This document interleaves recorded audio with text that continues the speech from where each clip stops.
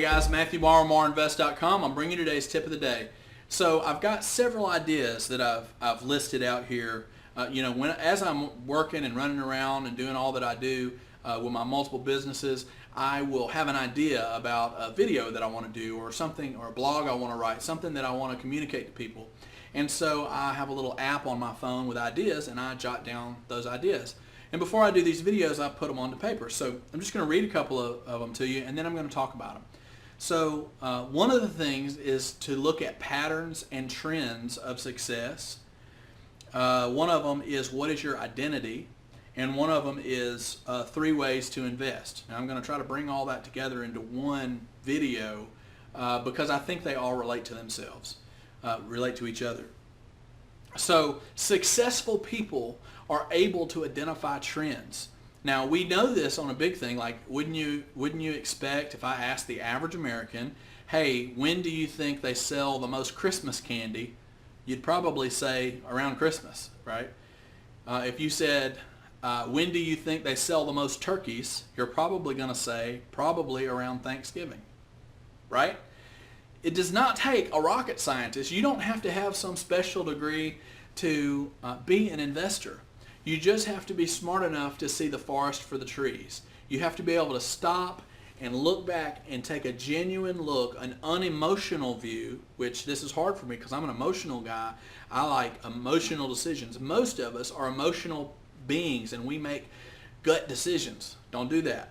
You can have an idea or a thought, but always verify it with the numbers.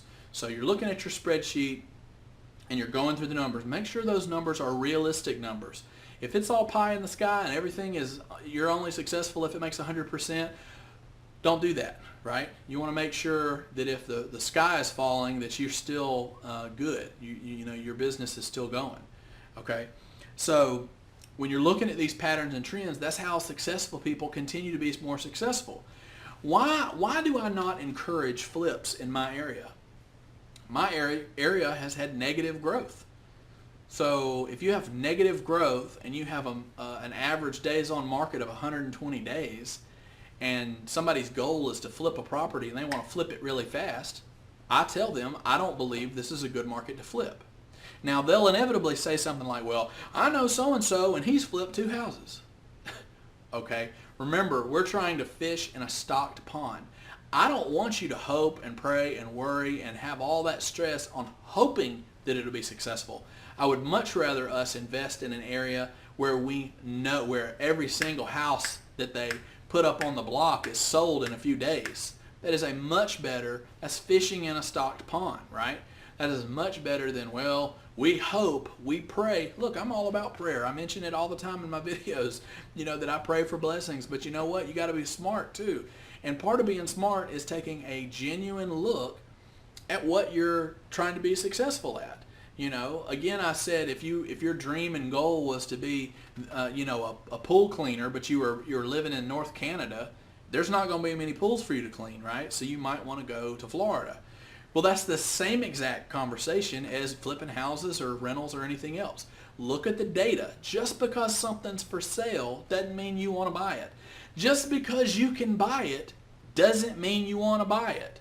Just because it's available, you know, some people will say, oh man, I got this great deal. It's been sitting on the market. I'm like, well, hey, how many days has it been on the market?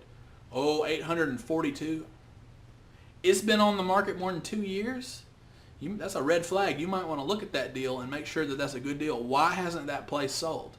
There's a reason. Now, is there a problem that you can easily solve, that you know some information that all these other people didn't know?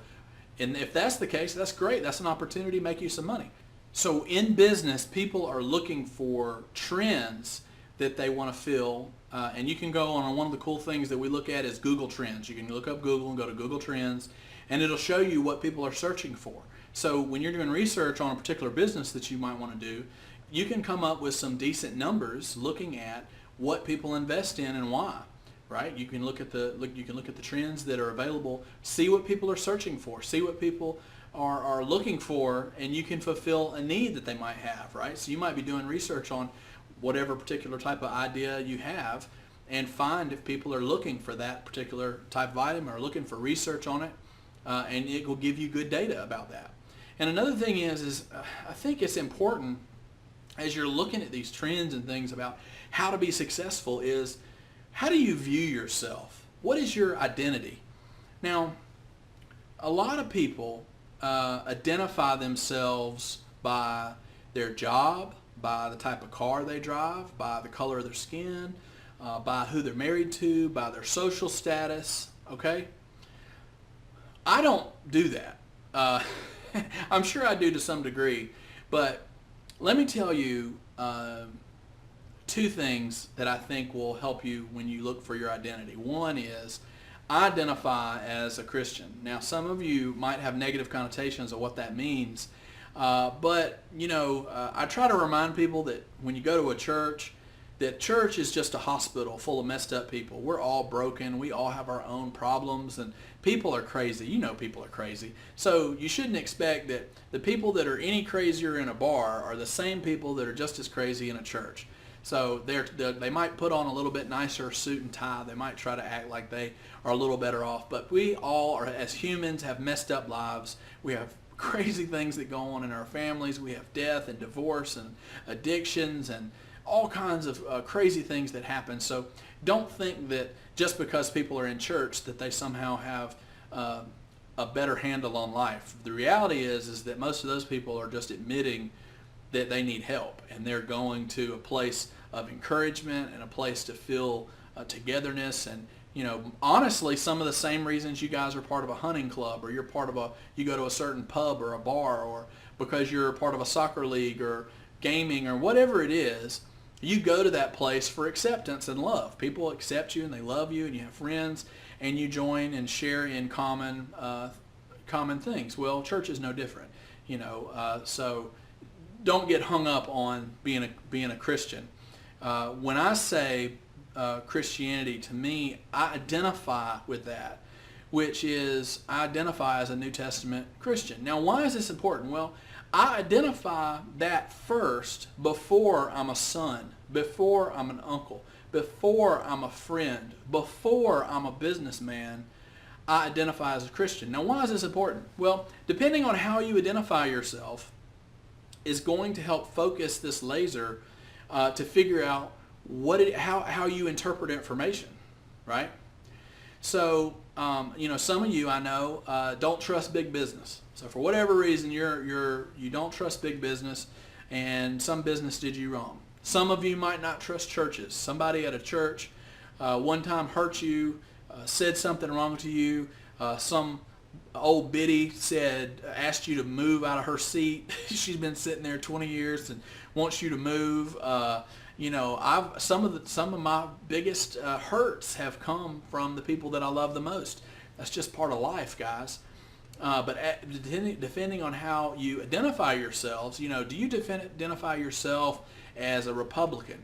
Do you identify yourself as a Democrat? Do you identify yourself as a Tea Party or an Independent or a Black Panther? Or how is it that you identify yourself? Well, I don't know about you, but I don't agree with everything the Republican Party says. I would probably tell you I'm a Republican. I voted Republican several times.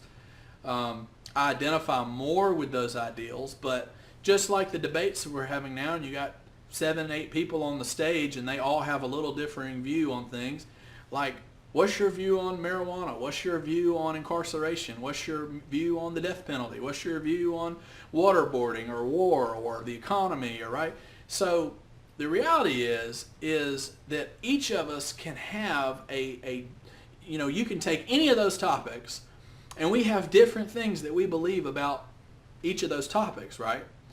Well, when you identify any group, and this is true in racism or anything else, sexism, ageism, any of those isms, when you identify an entire group as these people are all one thing, all black people are whatever, all white people are whatever, all Chinese people are whatever, all Mexicans are whatever, right? When you identify people in an entire group and say they are all one way, you're probably saying something you shouldn't be saying, because that's not the case.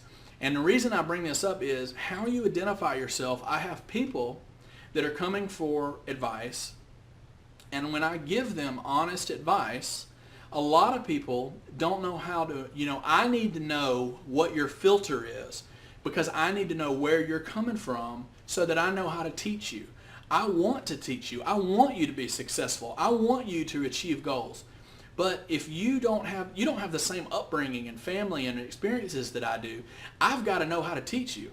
So part of that is knowing what your identity is. How do you identify yourself, and what are we going to do to work through those things? Because some things that you identify yourself might be completely wrong. You might think that, like, what if your goal was to be successful, but at the same time you had an identity that told you that all rich people take from people. Rich people take, we talked about this in the scarcity video I did, where you believe that there's only one pie, and when one person takes a bigger piece of the pie, nobody else gets any pie. Well, I don't believe that. We talked about that in that video, and you can go watch that. But I have found that successful people want you to be successful, and they're more than happy to help you and things. So I've had a different experience. So if that's a hang up for you, I need to know that you identify that way so that I can help you through that or around that. Or I might confirm that I've had the same experience or whatever. But we have to figure out a way to make you successful. And lastly, I want to talk about the three things. Once you get all this information together, right? So you've studied the trends, you want to be successful, and now you know what your identity is. You identify as a Christian, or as a businessman, or I'm a father. However you filter your information through. Like if I'm a father, I'm going to identify that I have to check with my wife and kids. I got to do what's best for everybody, not just me, right? So you have to identify what that is. So now you got your trends, you know what you want to do, you know what the market's doing, you know you want to act. You've identified what filter you're going through, how you identify yourself.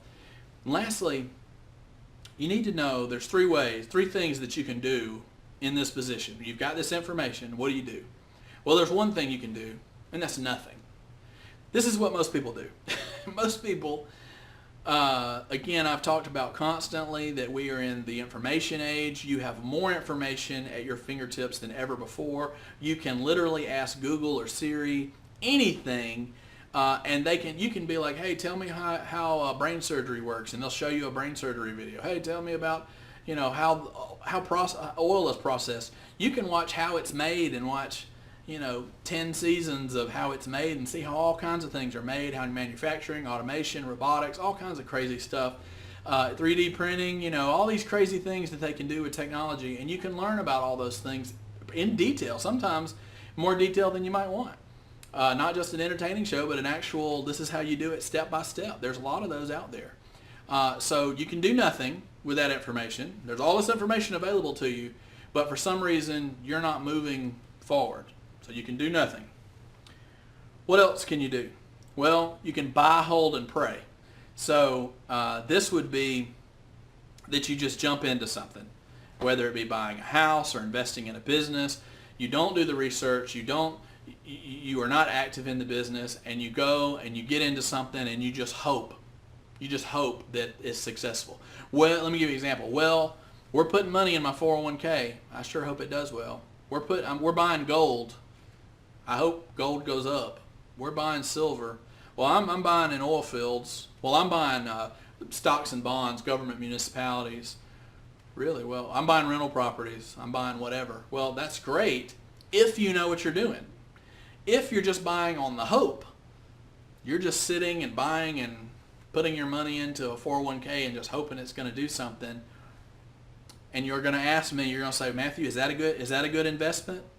And I will say, I don't know. Are you a good investor? Now, I'm stealing this from Kiyosaki's Rich Dad Poor Dad book he's got called Unfair Advantage. And one of the things he talks about is, the real problem is not you buying rental properties or real estate or stocks or gold or any of those things. It's, are you a good investor? Do you understand what's happening and why? So the biggest thing you got to do with knowing what the trends are, knowing what you want to do, having an identity that you know which filter you're going to go through to identify if you're successful or not, then the biggest problem, the biggest thing that you're going to need to do to be successful is not buy and hope and pray. It's certainly not do nothing, because nothing's going to change if you do nothing. It is invest in your education. Now, it is investing in the right type of education. If you want to be an investor, you need to invest in what investors invest in. Does that make sense? Okay, if you're not good at math, find somebody that's good at math that can teach you and show you how to do things. If you're not good at accounting, find a good accountant that can help explain these things. And if somebody tells you, oh, it's too complicated, I've spent years doing this, I could never explain that to you, find somebody else. This is not rocket science, people.